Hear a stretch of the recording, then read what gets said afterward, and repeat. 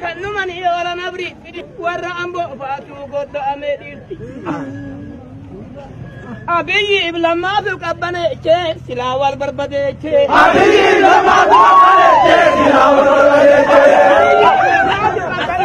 silawal barbade che abiyi iblama fi qabane che silawal barbade che abiyi iblama fi qabane che silawal barbade che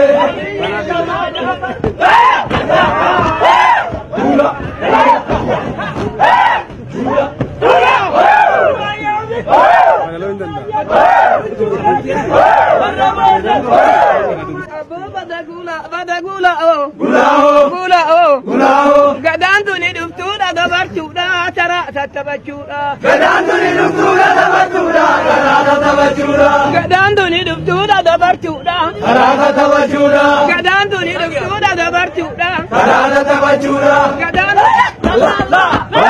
Oromoon arganne angoodha yaa ulfaatu waaqni abiyyi tokko faani ittaana lammaani sadaffaan jiwaarii. Ittaana lammaani sadaffaan jiwaarii footuma isaanii akka jiran laaliin hirroorrifam Itoophiyaa wal bulfanna.